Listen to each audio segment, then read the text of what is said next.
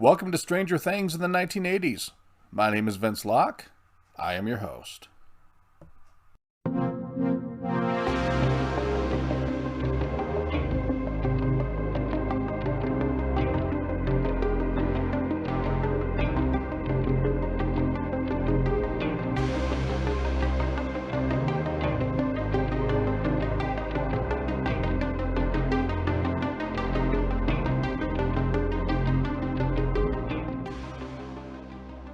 In this podcast, my guest and I take deep dives into the Upside Down, where we analyze each episode of the Netflix series along with related movies and books and examine them in the context of 1980s America.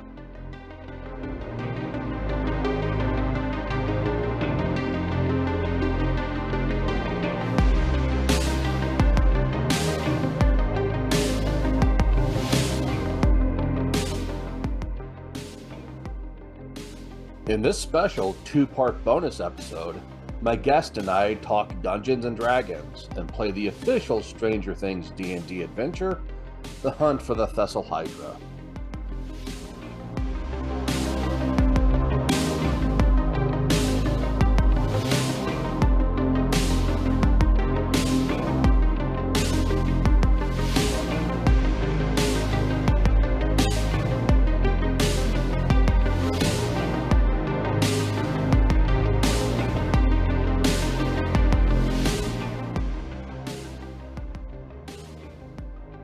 Welcome back to Stranger Things in the 1980s. This is a special bonus episode in which we discuss Dungeons and Dragons and play the official Stranger Things D&D adventure, The Hunt for the Thessalhydra.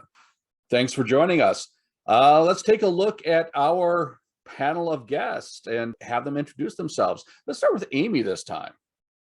Hi, everybody. My name is Amee Schmidt. I'm an English professor at Marshalltown Community College in Iowa.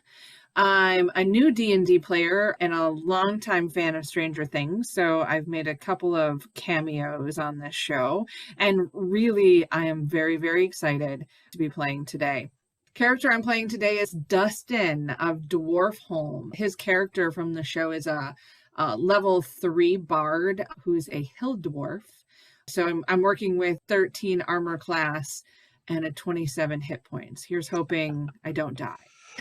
Level 3 early on. Yeah. Yes, very. Yeah. Low hit points. Jason. Hello, I'm Jason Szilagyi. I'm a history professor at Delta College. Been on the show a couple times. This is going to be fun doing the D&D Stranger Things campaign. I am playing Lucas the Lion, a level 3 ranger who is a half orc.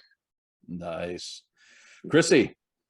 Hi, yeah, I'm Christina De Clerck-Szilagyi, and I also teach history wherever I can get it, which includes Delta, life of an adjunct. And I have, the last time I played D&D was either late in high school or early in my undergrad, so long enough ago that I'm going to say I haven't played it. My character is Mike the Mighty, who is a level 3 cleric wood elf. Okay. And the new guy, Ray. Hi, I'm Ray Lacina. I also teach at Delta College. I'm a professor of English over there. And yeah, long-time listener, first-time caller. I played D&D with Vince, and so this was the perfect podcast for me to jump in on. And I am playing Will the Wise, who is a half-elf and a third-level wizard. Awesome.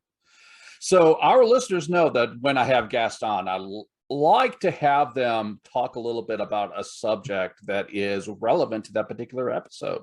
So Ray, as the new guy, you get to tell us a little bit about Dungeons and Dragons. So yeah, this is my thing. I've been playing D&D since, I think the first time I played the basic set might have been the tail end of middle school. I got a small campaign going with my sister and my cousin, then played throughout high school. And this was back, you know, I should be dating myself, but this is actually back in the era in which Stranger Things is set. And so we've all identified ourselves as being kids at that time. Yeah, so Dungeons and Dragons evolved out of tabletop wargaming, and it was developed by their two primary figures. Gary Gygax is the one who is most often given credit for it. He had a campaign going in Lake Geneva, Wisconsin, and he developed a rule set for medieval combat called Chainmail. And in there was a fantasy supplement. So it had rule supplements for fantasy creatures. So if you had a battle going on, you want a dragon to blast somebody, you could do it. He was joined at his table by Dave Arneson, who had another group going in Minnesota. I can't remember what city they were in, but he had developed a fantasy setting called Blackmore, which was later on, actually, it became an official D&D setting. And he's the one who introduced this stuff about having individual characters that would go on individual quests and do things that were non-combat related as part of that storytelling. So what Gygax actually created was basically something like Warhammer, right? A rule set for putting miniatures on a grid and having them do things at each other. Arneson invented this idea of, well, let's all pretend we're things and go do fun things and do things other than just kill things, right? So the adventures follow sort of a variety of kinds of content. Dungeons & Dragons came out in 1974 was when the basic set came out, but it really started to gain momentum in the late 70s and early 80s. And by the early 80s, it was kind of a cultural phenomenon. And this was partially due to the controversy surrounding it. Christian groups came out against it because it had magic, because the monster manual had some topless women in it for some bizarre reason. I'm not quite sure. Those have been since removed. So there were a number of things that gave... For some reason, yeah. Yeah, I wonder what that was about. I know.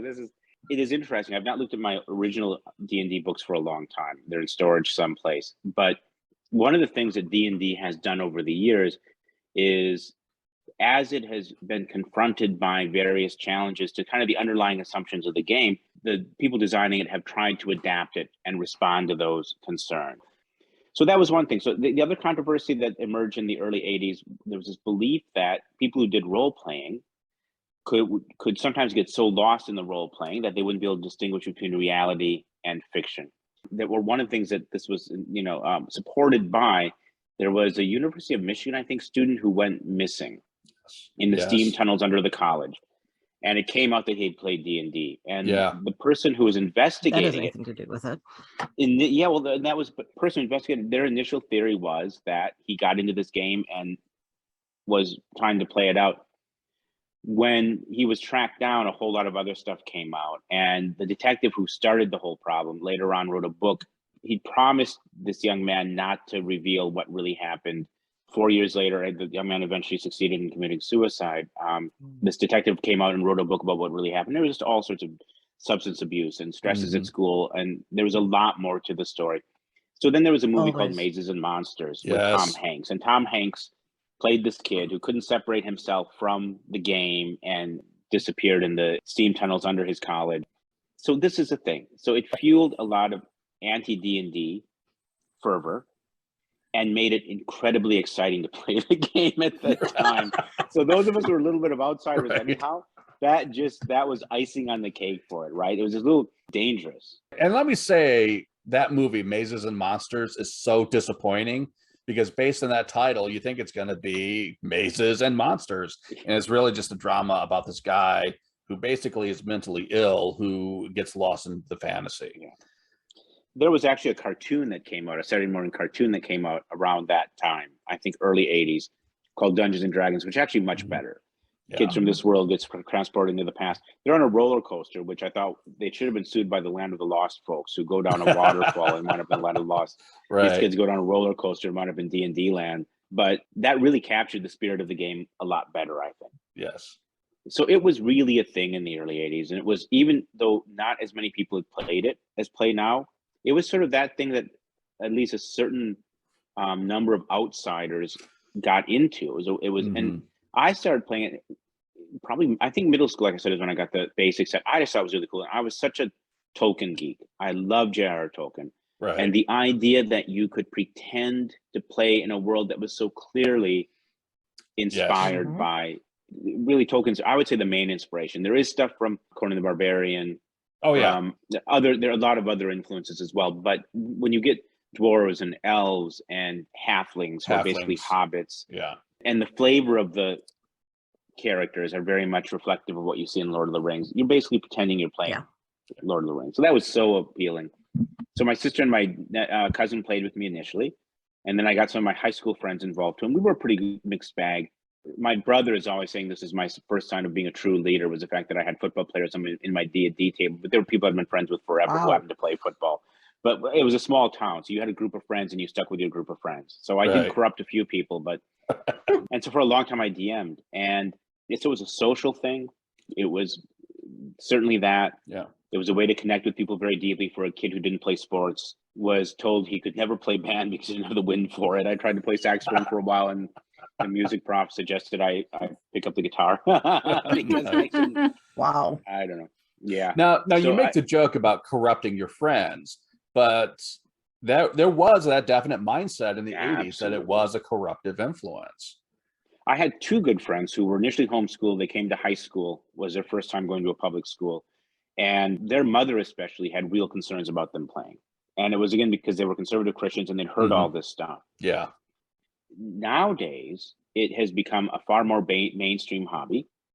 And I recently actually took a course. I was inspired by Vince talking about using D&D in his classes.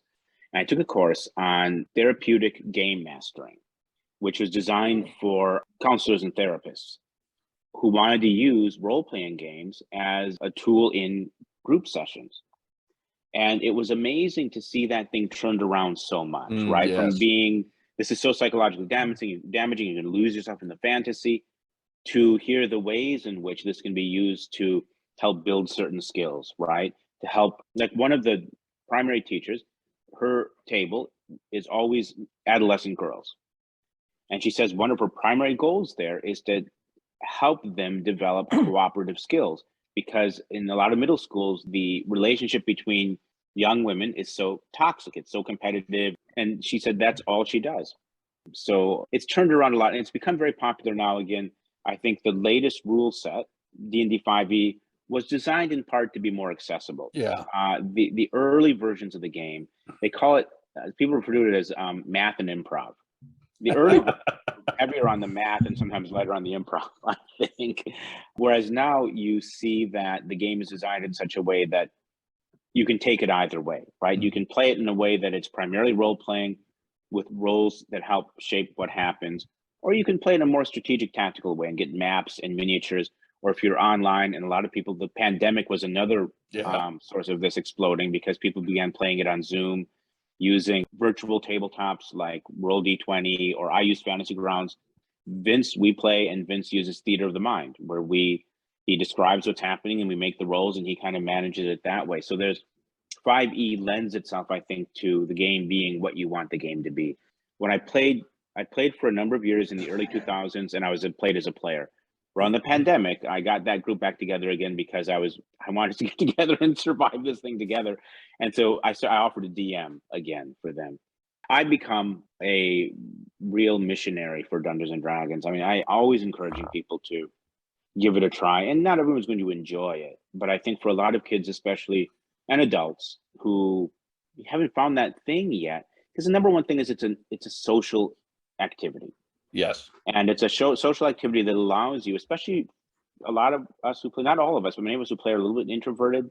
It's kind of a way to be at the table and have a focus with which you're engaging other people, and other conversations and the relationships expand from that. But it's always been sort of a safe, it's like my son plays sports and he's very good at sports. And if we go like to a park or something, he can pick up a game of soccer, right? Then that begins to form the relationships with those other players, right? You have a thing that you're doing together that you can then joke, so D&D is that for a lot of us. Yeah.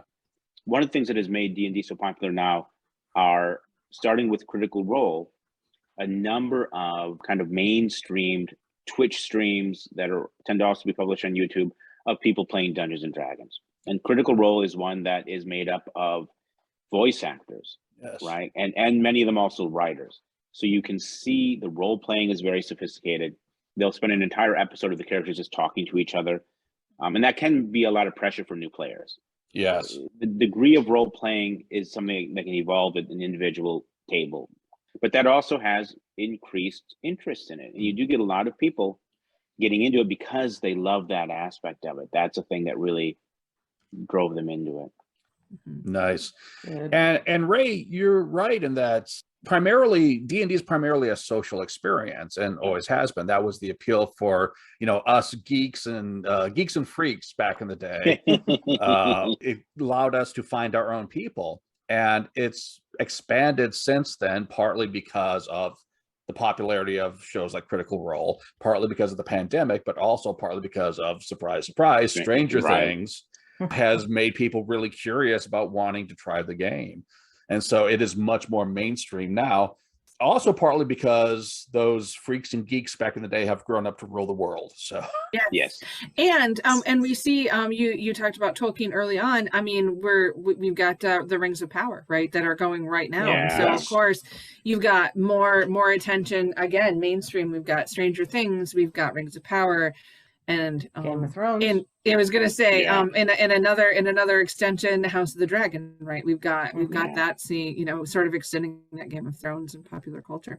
I know my students, the ones who have said that they're interested, are because they've seen the show, Stranger Things, and they wanted to learn how to play the game. So And Stranger Things does beautifully depict what it was like. I mean, when the four boys are playing it the very first season, I almost broke down in tears because it really brought back that memory of just how powerful that was in this last season with Eddie's game. Again, that's sort of that. Let's try not to spoil too much. I'm not going to spoil, but just the vibe of that, dude. I mean, the edginess of it and the Hellfire Club, and really brought up the you see a group of preteen friends or early teen friends playing together, but then you see in high school this vibe, that outsider vibe that came to it. Is very much what, you know, it was very authentic to the time. And my introduction to D&D was that Saturday morning cartoon, which for our younger listeners, you weren't always able to watch cartoons whenever you wanted to. They were really relegated to Saturday mornings because kids were home from school and you had to keep them entertained. So yeah, that Saturday morning cartoon was my first introduction to D&D. And I thought it was so cool that I went out and used my monthly allowance to buy a module to play the game, because I'm the youngest in a family of 7 kids. We always played a lot of tabletop games. I went out and bought this and no one would play with me. And I always wanted to play back in the day. I never got a chance to actually start playing until really just a few years ago, when it's become much more mainstream, because otherwise it was like, no, that's just too weird, man. Yeah. I'm not playing that. So for the rest of you, what are your experiences with the game? The short version, I just kind of mentioned I've only been playing for a year. The reason I didn't play earlier is because my little brother played, and he and his friends would come out to my house with all of their stuff, and they'd play for hours and hours and hours, and it was totally uncool. So I didn't play when I was in high school, and it was recently that I started playing with Vince and Ray and a couple others, and we started playing on Zoom because pandemic, and it just seemed like the right thing to do. And now I'm completely addicted. Like, I just want to play all the time. Chrissy and Jay, how about you guys? One of my sister's friends played 3rd edition Dungeons and Dragons, so I was able to play a couple games of that, got hooked with it, started buying the TSR novels, Dragonlance and Forgotten Realms and all those. And where I was at, it was a really small town. Again, not a lot of people at the time wanted to play it. So what I ended up doing was I'd get my allowance, save up, and then start buying the rule books. And then just hoarding them in the day that maybe there would be the chance to play someday. Yes, someday. And then working at Barnes & Noble. That was a hit for my paychecks when the new ones would come out. I'm like, okay, gotta get these. And so yeah, I've been. To be fair though, these are really awesome books. Yeah, they got some great artwork, and they're beautifully made. Great stories. So yes, so a massive collection of that. Played Delta Green for a little while, which is another D20 game. It's a kind of like a almost X-Files Cthulhu kind of one. Did that during the pandemic. And then Ray, you mentioned Warhammer. I'm like, yes. Chrissy knows that is. I've seen you share a few things about Warhammer on Facebook. That is another one of my vices. It's a vice, but you produce art with it. That's the thing. Of all the vices out there, you know, you could be in bars and stuff like that. Painting miniatures isn't so bad. That's true. I'm Yeah. fantasizing about getting back to that. I'm trying to get a local game going here with some younger people who've expressed interest. Part of it's just to have an excuse for buying miniatures again. Chrissy. Well, I'm here today.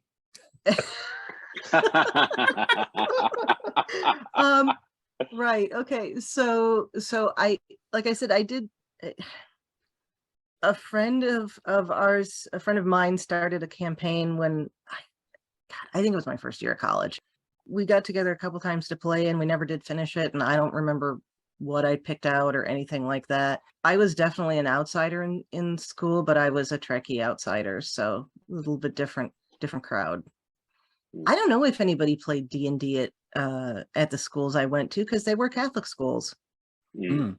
I bet somebody did in high school. I'm sure there was. In grade and middle school, no, at least not in my class, because that's something I there were only so many of us, so that was something I would have heard about. But I'm here and willing to learn. But you do have some experience with role-playing games.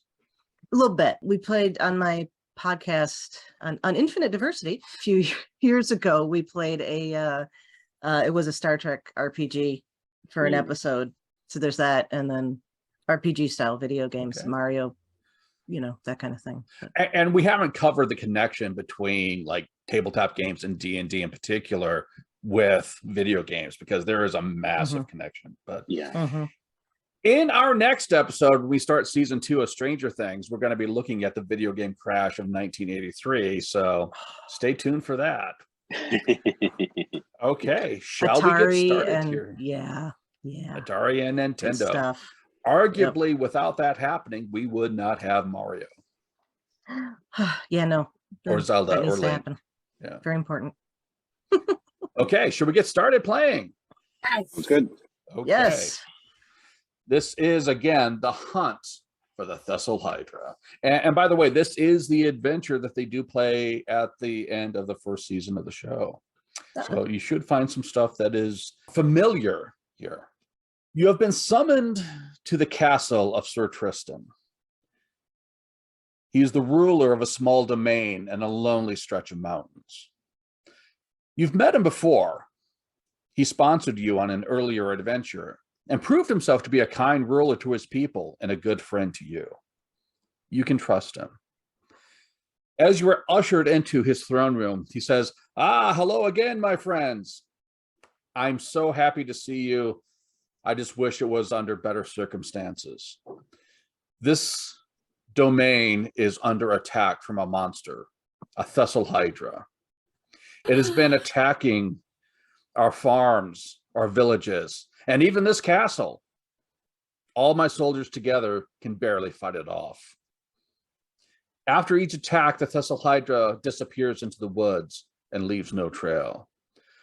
We need heroes like you to find it and slay it and bring safety and security back to this kingdom.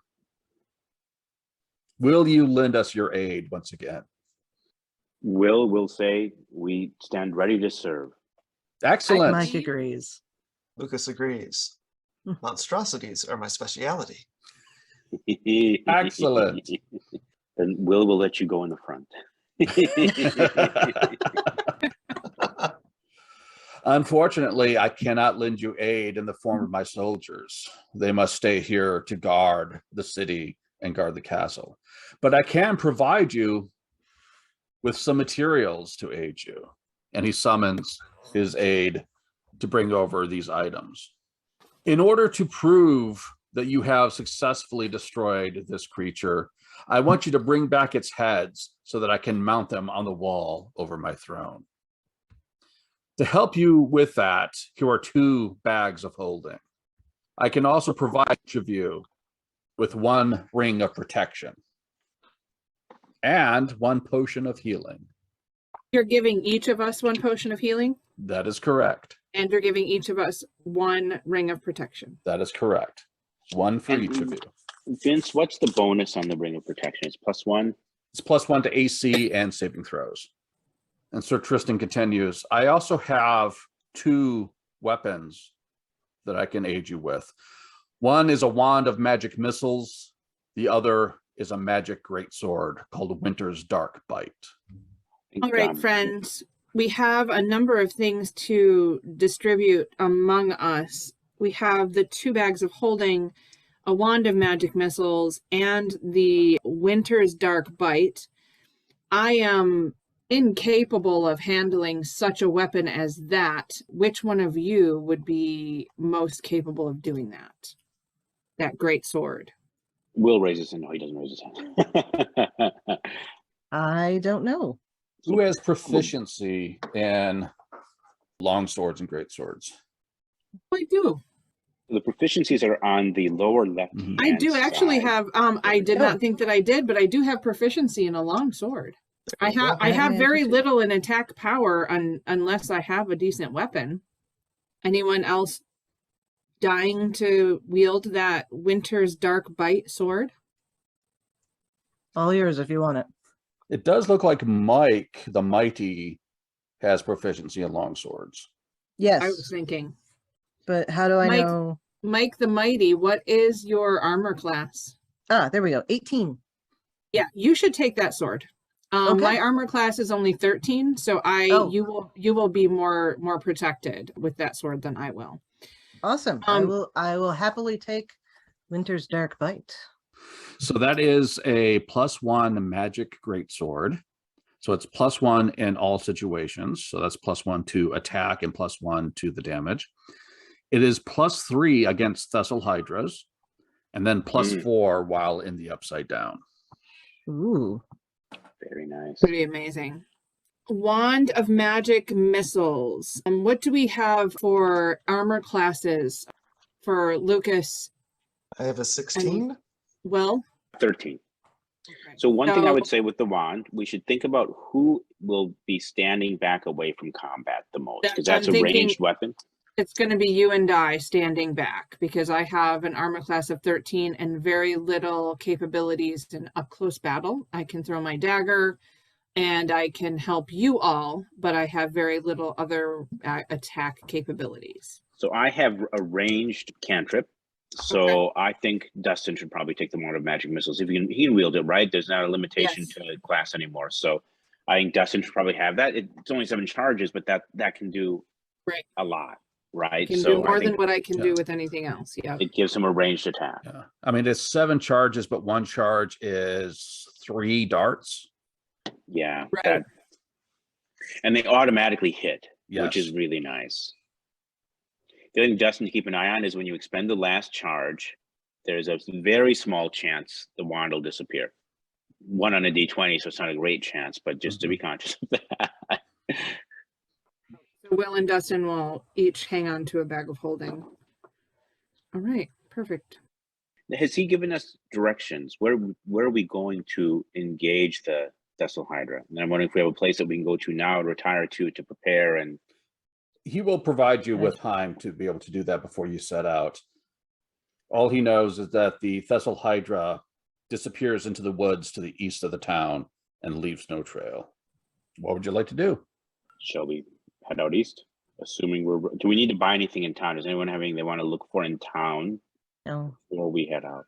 I'm set. Good to go. Should we ask around in the court for any other information? That's a good idea. Okay, so what do you say? People assembled here. Who can tell us more about the Thessalhydra? Sir Tristan speaks up and says, truthfully, there's not much that we in this court know. We haven't dealt with it personally.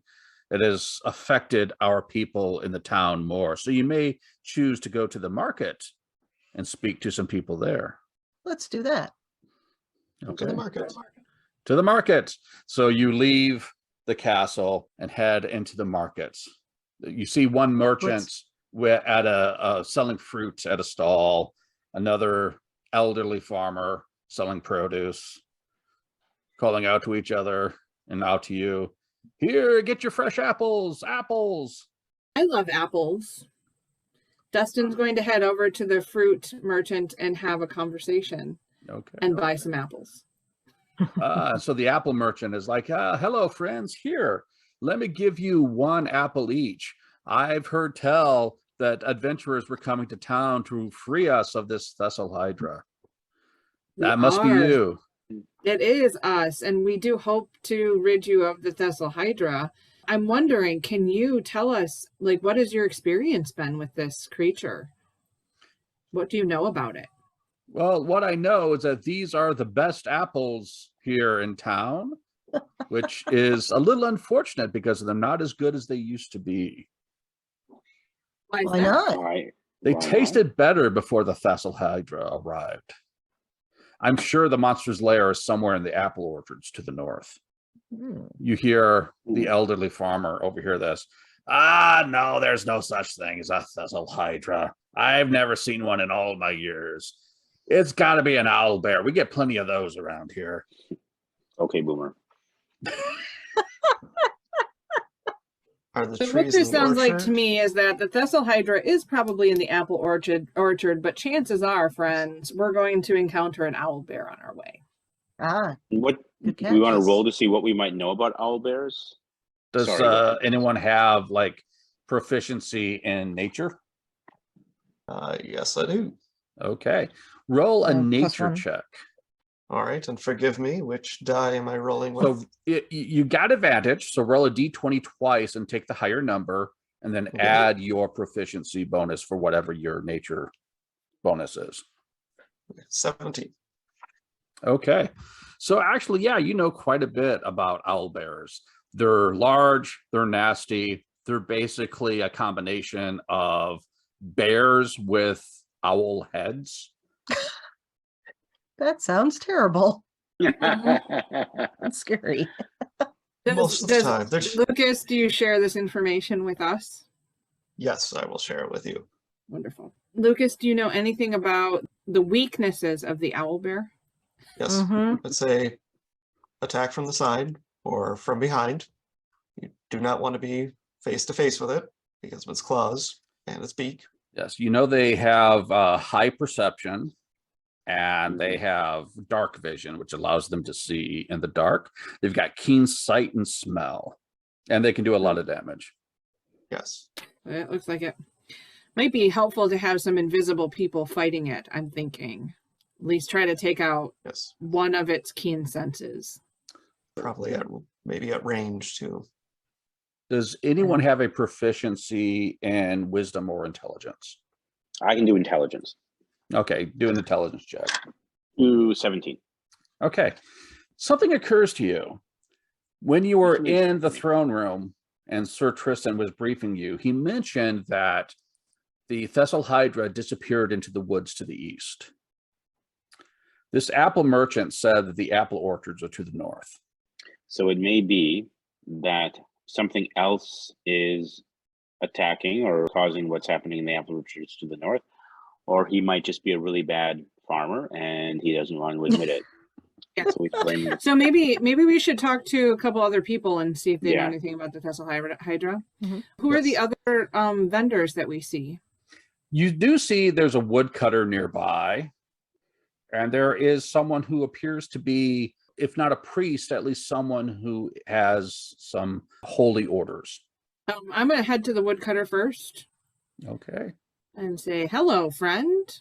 Hello, what can I do for you today? We are a group of adventurers and skilled fighters, and we are here to help your town rid yourselves of this Thessalhydra, but we're hoping to get some more information about where we might find the beast. Have you seen it go anywhere?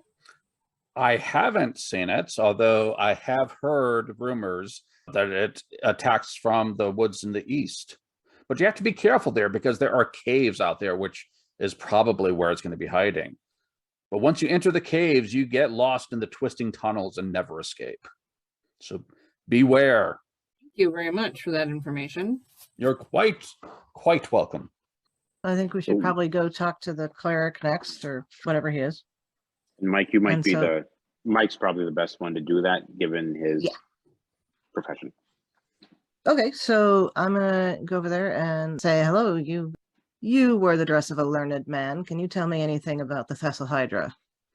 Why, hello, brother. Tell me, have you accepted Bahamut as your Lord and Savior? Oh no. Fight. Is there a joke here that I should be getting? Well, no, technically Bahamut is the god of good dragons. Oh, I appreciate the skill of a dragon. Strength of a dragon. I appreciate the strength of a dragon. Well, who doesn't? What can I do for you, my brother? I was hoping you could give me some information about this Thessalhydra that we hear is causing so much difficulty for your town. Well, I don't know how much I can help you. All I know is that there are caverns to the east in which reside some troglodytes, and often lesser monsters do worship bigger ones, so that may That's be a true. good starting place for you. They might know something about the Thessalhydra. Thank you, good sir. You're Any quite idea welcome.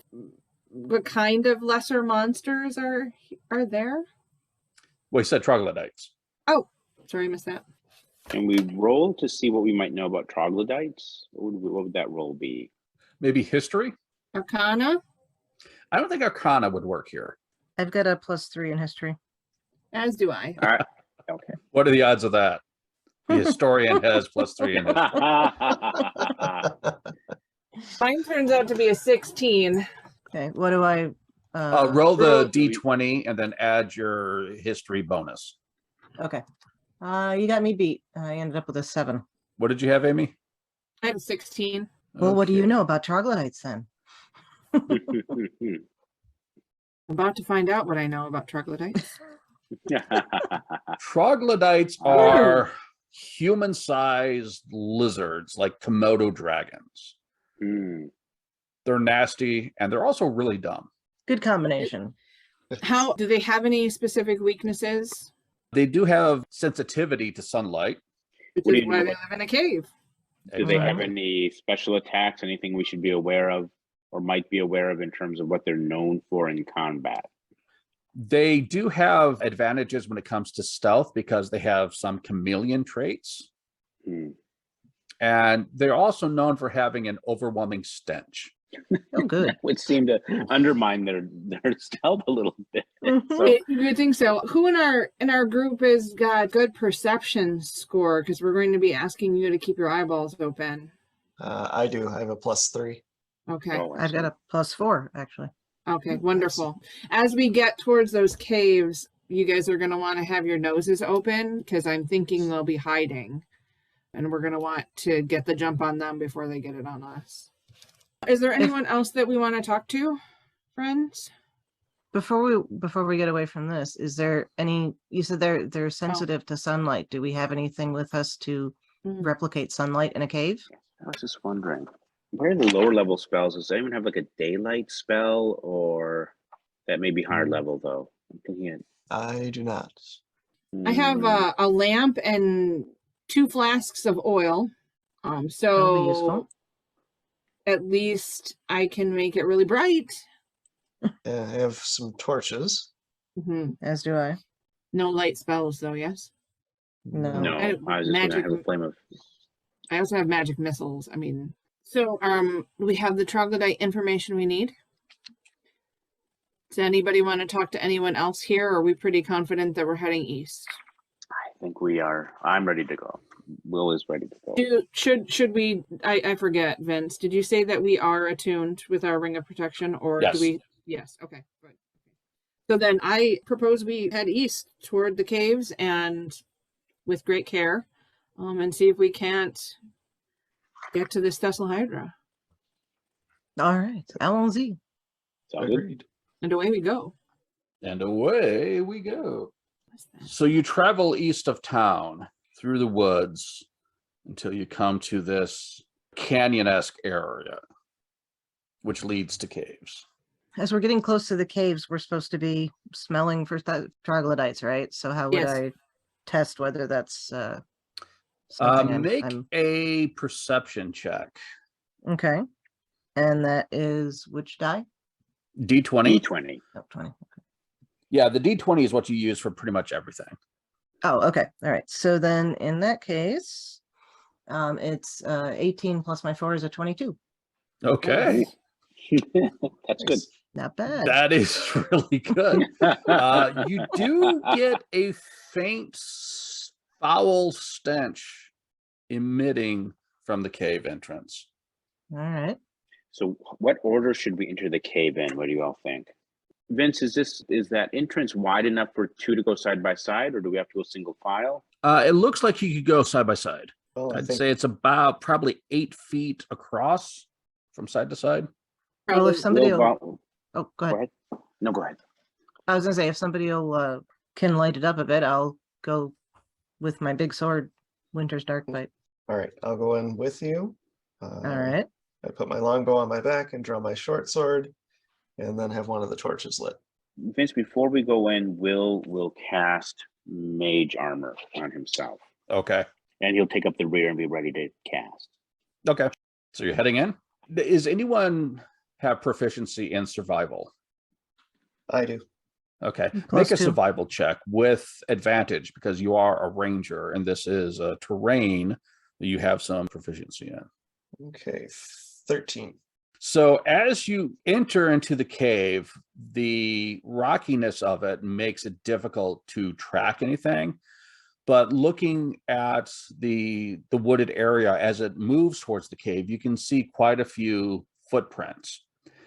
And you know that it's a combination of troglodyte, Thessalhydra, and owlbear. You can tell the differences there. You cannot tell how many of each there are. No. Okay. Ooh. Okie dokie. Yeah. Let's Well, assume got one s- of each and just charge it. Yeah. I got some bad news. You're not guys. Hendis right now. I know. It looks like it might be all of them. There's troglodyte footprints, and there's Thessalhydra footprints, and owlbear footprints. But there's no way to know how many of them of each there are. However, I do have primal awareness. If I cast that before we go, and that gives us for 1 minute per level, it will allow me to at least see if there's any creatures within 1 mile of us. Ooh, that's useful. What kind of creatures? Let's see, it could be aberrations, celestials, dragons, elementals, fey, fiends, or undead. Never mind. None of the creatures we're looking for. You could cast it, but you know that none of those creatures Are in there. fall into those categories. Does anyone not have dark vision? I forgot everybody's. Is anyone human? No. No. So we shouldn't need light then. We should be okay just with our dark vision. Have light though. Jason has a torch lit. Lucas does not seem to. No, does not seem to. Oh, good thing you got that torch lit, Lucas. Mike does, Mm-hmm.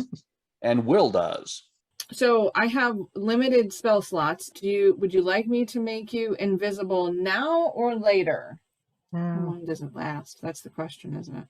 Invisibility is usually 1 minute. Okay. Yeah, so we might want to wait until we're in. Yeah, let's find out what's there. Yeah. Now, one Okay. thing to keep in mind with invisibility is that once you attack someone, Mhm. it drops. That makes sense. It's a concentration spell, so if you lose concentration, it'll drop. Ah, okay. But it would give them advantage. So if I were to cast invisibility on Lucas or Mike, they would get advantage on an attack roll. Yes. As long as they succeed on their stealth check. Yeah. And I think we're ready to go. So as you enter into that first cave, there's really nothing of interest here, except that like I said, the floor becomes too rocky to follow tracks. You do see that there is an exit from this cave, 3 of them, one to the north, one to the west, and then one to the southeast. Is that exiting into more of a cave system or exiting to the outside? Into more caves, yeah, and tunnels. Okay. What do we want to do?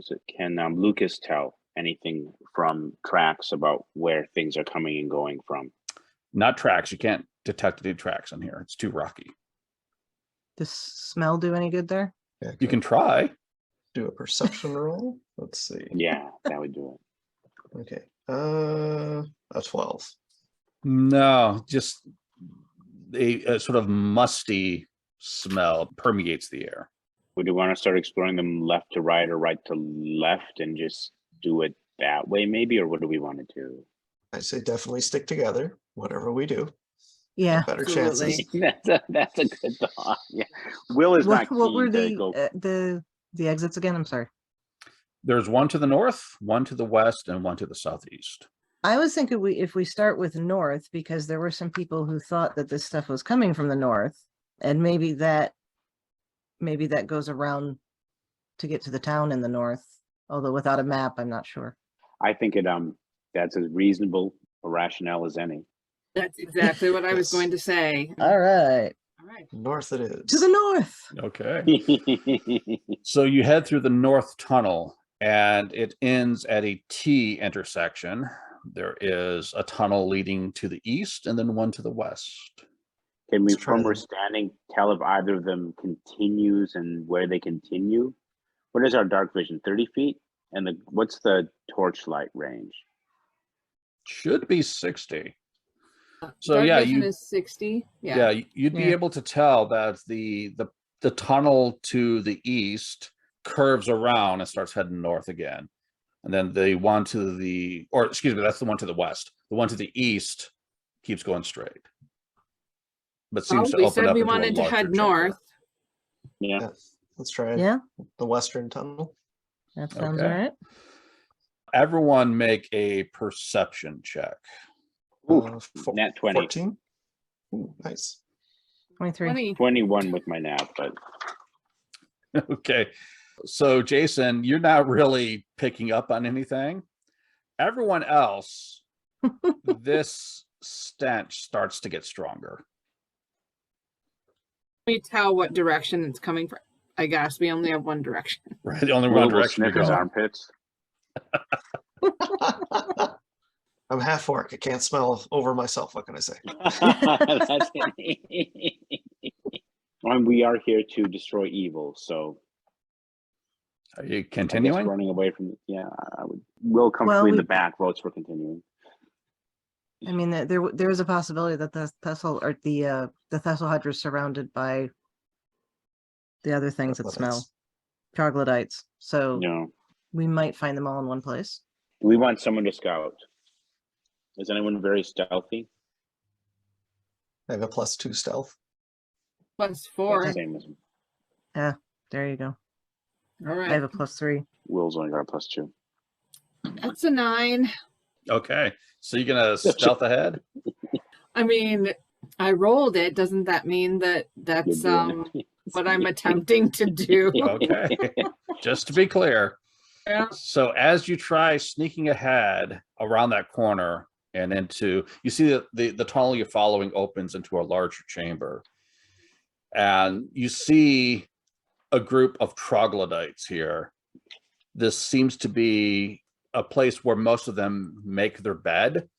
So you do get some straw and mats and stuff like that on the ground. It stinks to high heaven in here.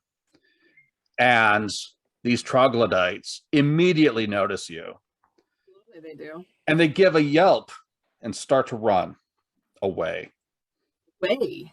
Hmm. They start moving towards a tunnel in the northwest.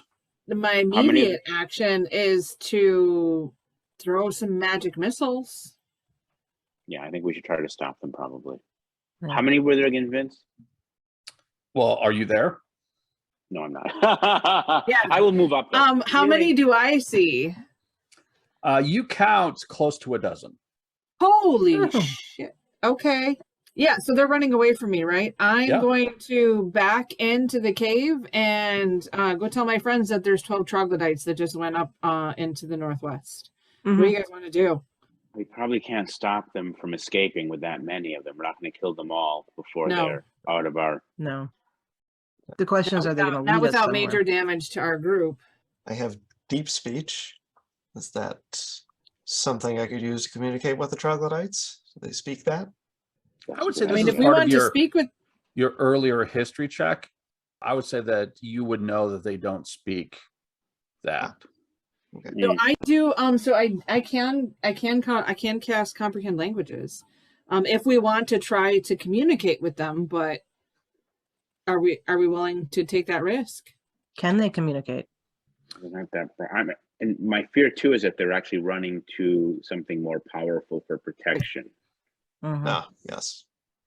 Do we want to maybe go the other way so that they don't, if they go and warn, if the Thessalhydra is what I'm afraid is up there, if they go and warn the Thessalhydra we're coming, maybe go the other way, that take that eastern tunnel? We don't know it hooks up though. We don't know if it's going to wrap around the same way, but you want to risk it, and that way at least it doesn't know which direction we're coming from necessarily. Makes as much sense as anything. Yes. That's Yeah, because they could be running into another group of troglodytes too. Yeah, right. Yeah. Could With be. 12 of them, that's a Yeah. lot for us to take on. Do we I- know I- anything about how large of a group they generally keep? Is there any way for us to say, oh, okay, so there's 12 and they usually have a group of 15, so, or is that not relevant? That's a good question. Maybe a nature check, Jay. Maybe see if Lucas Yeah, can. let's see. What is that? Does that sound reasonable, Vince? You can try. That's usually A not 12, we'll try. I mean, we're here for the moment. Based on what you know about troglodytes, you know that they are tribal creatures. You don't really know how large the tribes can get.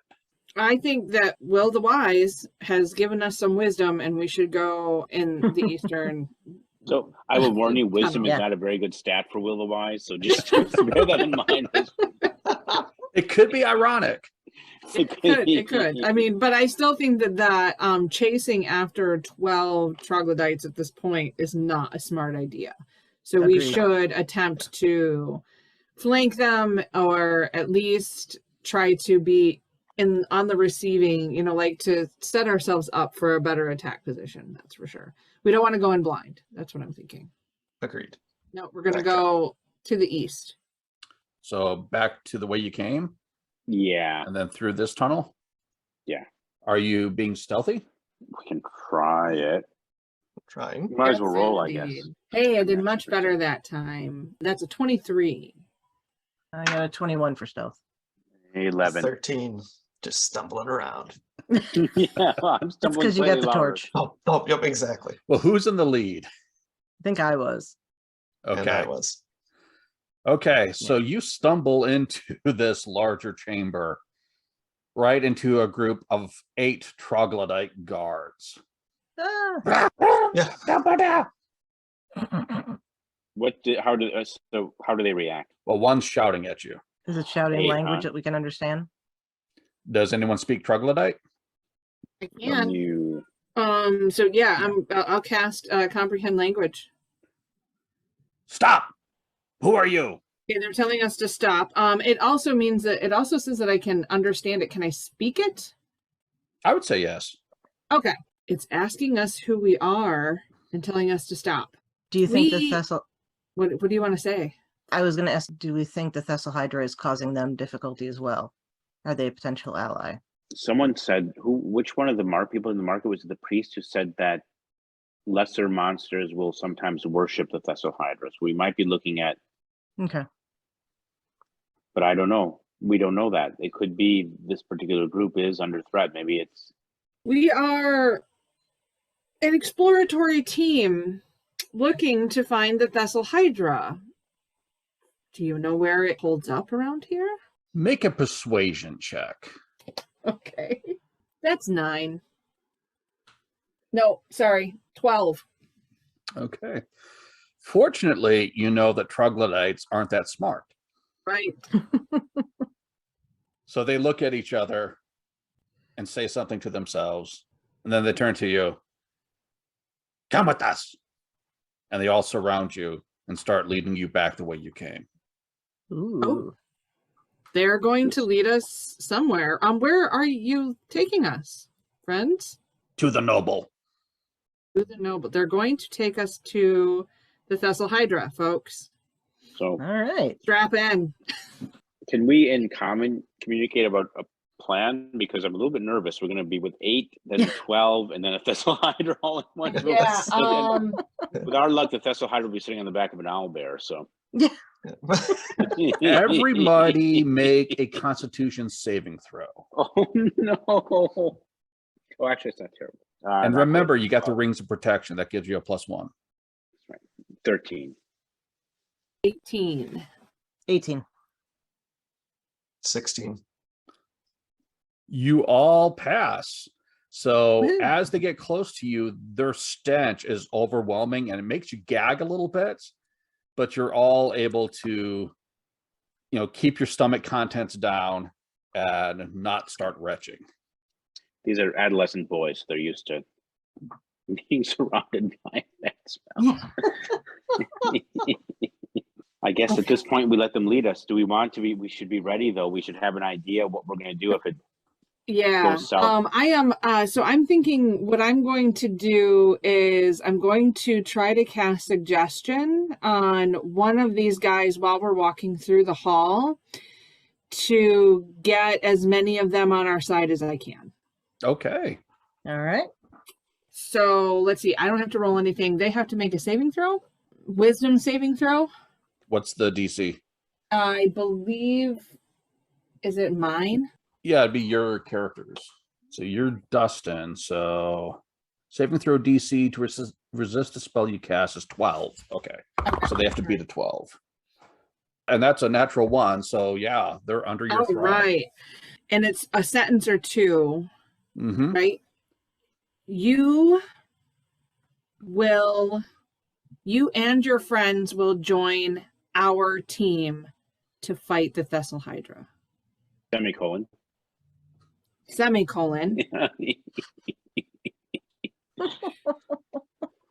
I got nothing else, right? Oh, okay. Yeah, no, I think That's that works. Even against your own people? And fight against the other troglodytes we encounter. We will help you. But first you must see the noble. Yes. Okay. Well. Okay. Well. At least that one, I think, will fight with us. Okay. Okay. So they any other plans while we're being led through the hallways? I think I'm going to sheathe my short sword and grab my longbow. I still got the dark bite greatsword. Okay. So they lead you back through the common chamber and through this tunnel, which is the noble chamber. This is where the leaders of the troglodytes hold their court. And you see the other dozen or so troglodytes who ran from you earlier, along with the 5 leaders here. Okay. And one of them stands up and speaks to you in common. Who are you? And why are you here? Are we going to be honest here or what? Oh boy. Well, it worked with the other group. We were honest to a point, right? We said we were looking for the Thessalhydra. We didn't say we were looking to And the Thessalhydra is not in this cavern, correct? Oh, good question. You do not see it. Should I just give them the same spiel again? Yeah, I would, because the other ones had heard you at any rate. So if we suddenly change our story. We are a group of adventurers, and we are looking for the Thessalhydra. Make another persuasion roll. Oh, I knew you were going to say that. Yeah. 14. The leader of the troglodytes looks at you and says, "The monster threatens us too. Ah. It comes from the woods, passes through our caves, and enters the cursed labyrinth, but never comes back from that way." Which way does the cursed labyrinth let out? Like, where's the end of the cursed? Travel east through the caves into the labyrinth. We will lead you, but we will not follow you. Except this one guy who's going to help me. Yeah. Hey, man, I'll take an NPC wherever I can get him. All right. Yeah. All right. So is he still speaking common tongue so everyone heard him? Yeah, speaking in common. Yes. Okay. I'm willing to be led by these troglodytes. What do you guys think? Let's do it. Yeah. Let's do it. So they lead you back into the common chamber, into this tunnel to the north. The leader says, "Wait." He motions one of the troglodytes forward, and that one goes over to a vase and manipulates it. So looking around this room, it's filled with like broken vases and just crap that's junk and worthless. One vase, the one that the troglodyte is dealing with, is intact, but you can see that the troglodyte is manipulating a trap and is disarming it. So we should be actively looking for traps as we're going through if these guys leave us behind, because there may be traps elsewhere if there are traps here. So that'd be perception, kind of an ongoing perception roll. If you're actively looking for traps, it'd be investigation. That troglodyte finishes, disarms the trap, and the elder motions you forward. Go! And leads you to this tunnel. And as you go through the tunnel, the rough hewn of the rock becomes smooth and obviously constructed. The troglodyte leader takes you to this intersection and says, "This is where we take you no more." I'm going to make eye contact with the one that I have cast suggestion on and say, "You're coming with us though, right?" How long does your comprehend languages last? Good question. Oh, it lasts 1 hour. Oh, okay. So he says, "Right." Okay, good. Were you able to convince any of your friends to come? Nope. No. Okay, well, glad to have you with us, friend. All right, we got one. We'll have him go first. We'll ask before the troglodyte disappears. We'll ask which path will take us deepest into the maze. We don't know. The maze changes. All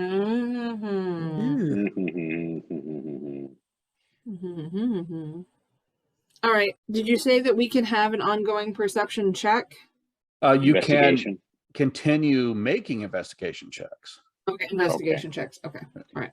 So if you're actively looking for traps, we'll roll one now. Then, as we look up and down those two corridors. Nope, you got a 10. I just got a nat 20 plus 6 on investigation. Okay. So. Damn, not only do you know that there are no traps here, you get a feeling like you should be heading to your left. I think we should go left. Sounds good. I trust you, Dustin. Okay. I think we want Mike and Lucas in front again. Maybe our troglodyte friend ought to lead the way, though. What do you think? Yes. Troglodyte friend, you go first. Right. And so he heads off to the left and travels down this corridor about 20 feet. Someone roll a d20 for me. No one wants to take responsibility. I'll roll. Oh, no. 7. Let's see. Roll a d4. Oh, no. Me again or anyone else? I guess it would be you. Don't hate me. 2. The path that you're on continues for another 20 feet and then turns left. Okay. Our troglodyte is still in the lead, correct? If you're telling him to. Just continue forward? Continue forward. Okay.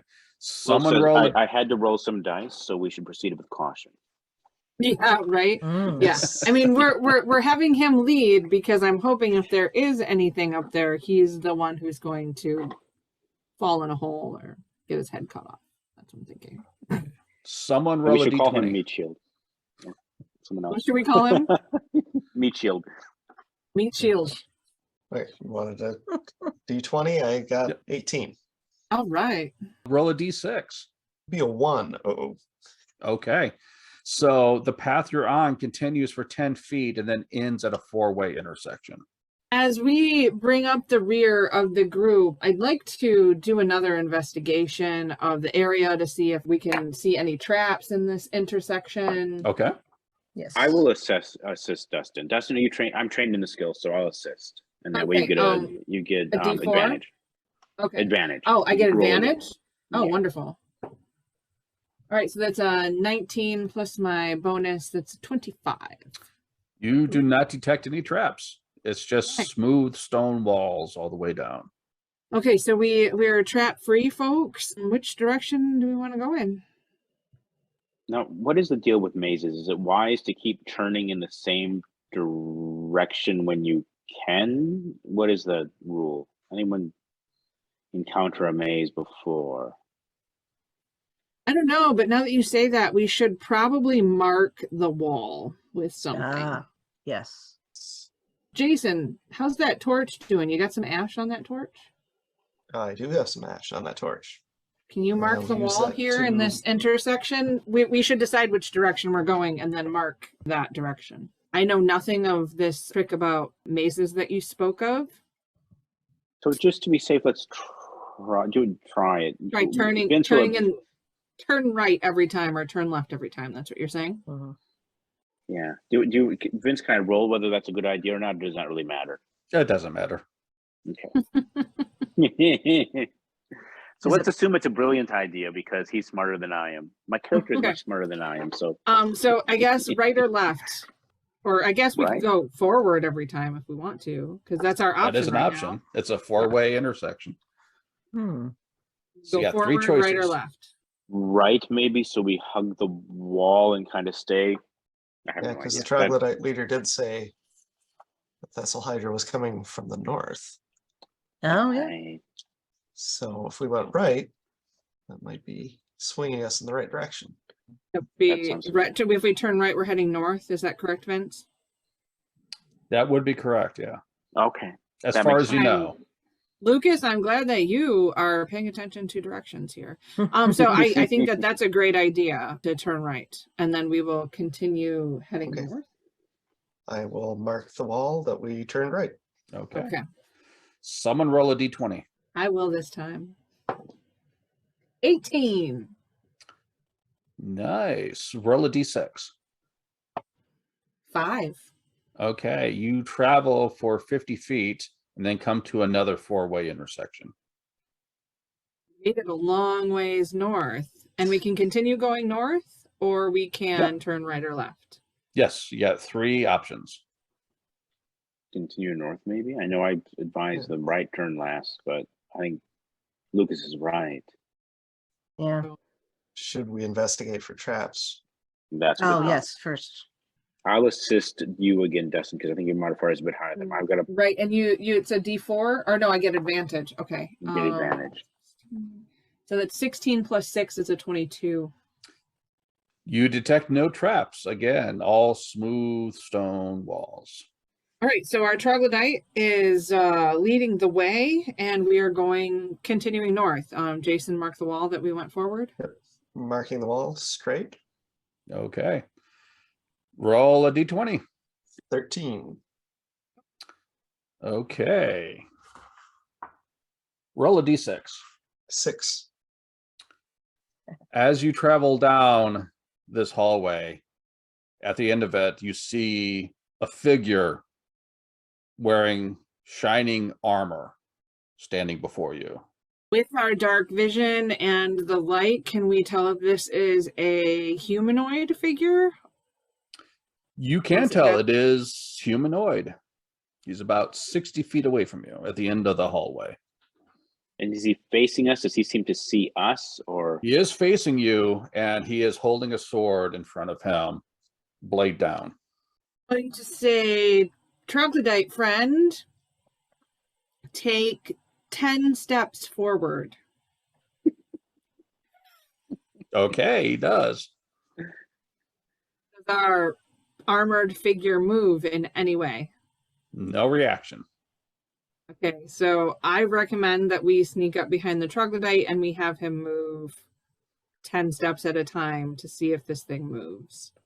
Is that what you do? Sounds good. Everybody cool with that? Agreed. Okay. Hi. Okay, yep. So 10 steps at a time. And 10 we're checking to steps. see if there's any movement. No reaction. 10 steps. No reaction. Finally, you get up to within 10 feet. And this figure says, Halt. I am the lost knight. I know your quest is to slay a great monster.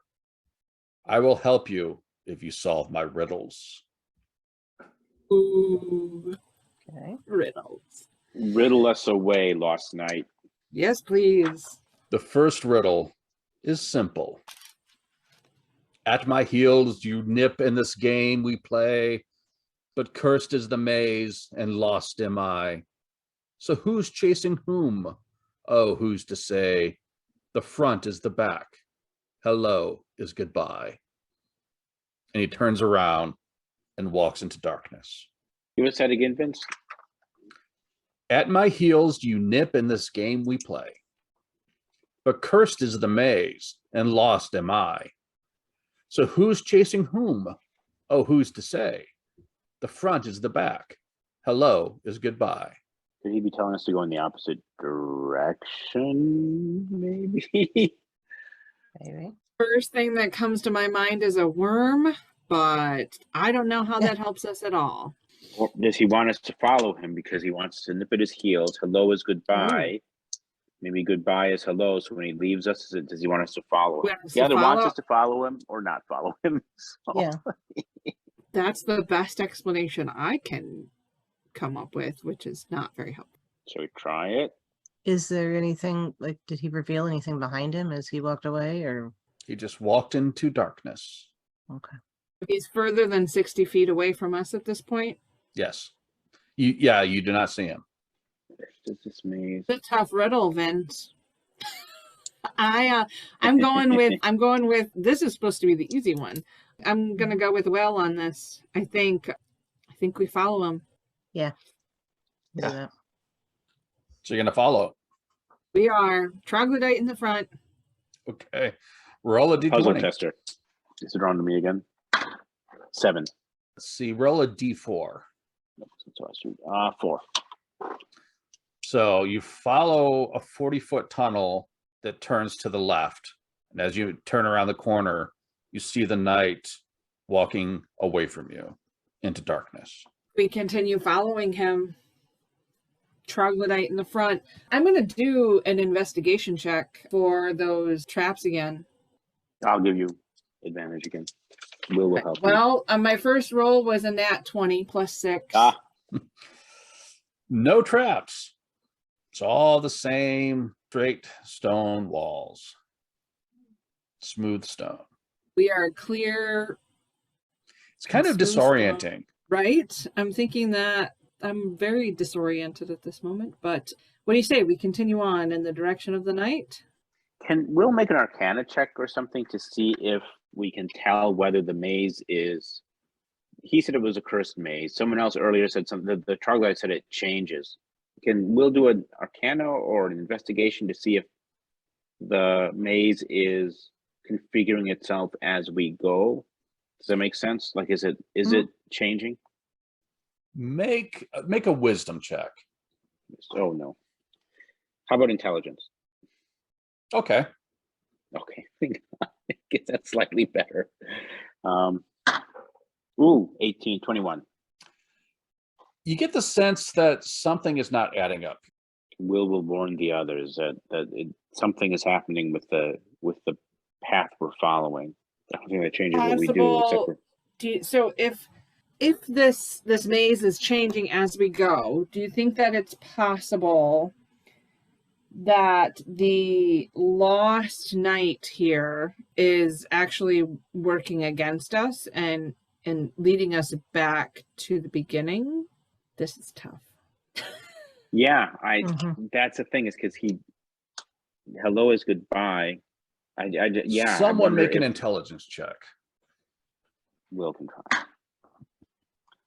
No, we're not so great this time. Who's 13. Who's got the best intelligence modifier? Mine's plus I've 10. got +1. I have +2. Yeah, Will's probably because of the magic user thing, or wizard, I guess. I'm so old, I said magic user. So 13 is the best ever. 13. Okay. Yeah, great. So as you think about the riddle, At my heels, you nip in this game we play. But cursed is the maze, and lost am I. Suggests that he doesn't know where he's going. We should not be following him. Should not be So who's following him. chasing whom? Oh, who's to say? The front is the back. Hello is goodbye. The pattern of the phrasing there suggests something that's backwards. So should we move away from him? Maybe that's the. I think that Okay. might be the way to go, right? I think so. The whole time I was Yeah. trying to think of who is the I in the riddle, and the I in the riddle has been the knight all along. Yeah. Yeah, so shall we turn around? Yes. Let's do Yes. that. And we'll vote for Sure. yes. Any objections? No. Okay. Well, we'll return. Troglodyte, come this way and take us back to where we just came from, where the knight was before. As you retrace your steps, you would expect to go around a corner. But instead, you find an entrance to a large room, and the knight is standing next to a doorway on the other side. Ha! They You did solved say my change. first riddle. Now can you find the missing piece to finish my collection? And he points to 3 shelves above the doorway. Then he steps through the door, which closes and locks behind him. What's So on the is there shelves? anything on the shelves? Yeah, give me a perception roll. Or investigation, your choice. Always investigation for me. So 23. Okay. Ooh. On the shelves are little statues. On the top one is a statue of a man with a crown and a bag of coins. On the second shelf is a woman with a crown and a jar of honey. 2 little statues. And on the third shelf is a common woman wearing an apron and an empty space for a second statue. Near the door is a large table that's covered with many small statues, including a cake, a pie, a spinning wheel, a basket of laundry, a plate with a steak, a toy soldier, a sword, and 24 sculptures of crows. So what were the first 2 statues holding? On the top shelf is a statue of a man with a crown and a statue of a bag of coins. On the second shelf is a statue of a woman with a crown and a statue of a jar of honey. Then on the third shelf is a statue of a woman wearing an apron and then an empty space. There are options for the Food or laundry. what to put her with. Mm-hmm. Yeah, on the table are small statues of a cake, a pie, a spinning wheel, a basket of laundry, a plate with a steak, a toy soldier, a sword, and 24 sculptures of crows. Leaning toward the laundry or the spinning wheel? 24 crows is 4 and 20 blackbirds. I don't know if that's relevant, but Ah. And there's a pie. yeah. Honey. What was the first one? A bag of coins. Honey. Bag Bag of of coins. coins. Honey. Honey. So rich man, relatively rich woman, a king and a queen, maybe. Mm-hmm. Yeah. Honey's an interesting choice, though. Mm-hmm. What would honey signify? There's something sophisticated about honey, right? Hmm. Especially in terms of using it as an ingredient. Who's the bard To here? us. I am. Make a history check with advantage. It's 18 plus 3, 21. The 4 and 20 blackbirds spark something in your mind. And you think, this sounds like an old nursery rhyme. Right. And it comes to you. It's called Sing a Song of Sixpence, That's. You gonna make me Google this? if you want. So Will pulls out a I do. pencil. I was feeling Nothing it. about honey in that I remember. All right, folks. I recall this nursery rhyme. Sing a song of sixpence, a pocket full of rye, 4 and 20 blackbirds baked in a pie. When the pie was open, the birds began to sing. Wasn't that a dainty dish to set before the king? The king was in his counting house, counting all his money. The queen was in the parlor, eating bread and honey. The maid was in the garden, hanging out the clothes, when down came a blackbird and pecked off her nose. So the So I laundry. think it's the clothes. Yeah, we have to put Yeah. the clothes up on that shelf. I can't imagine why we didn't get the rest of that rhyme as children. Right. Yeah. I know. Yeah, yeah. Okay, so does everyone agree? Yeah, Agreed. laundry. Yeah, so Hold your one of noses. us has to do this action. I guess I'll volunteer as tribute. I pick up the statue of the clothing and I place it up next to the woman in the common woman on her shelf. You hear a thunk, and the door slides open. The knight steps back through. Ha ha! How clever of you to solve my riddles. You see, the cursed labyrinth is not in this world. It is built in a demiplane. The Thessalhydra has found a way to push through it to a place called the Upside Down. Go through this door, and it will take you there. But know that this is a one-way passage. You will have to find a different way home.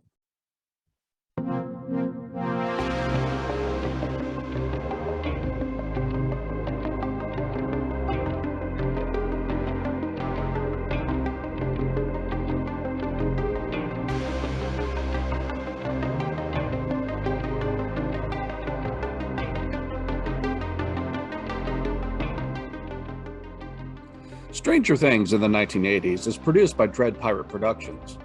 Cover art is by Sherry Archer. The theme music is Cobalt by Alex Blockson, used under licensed from Filmstro.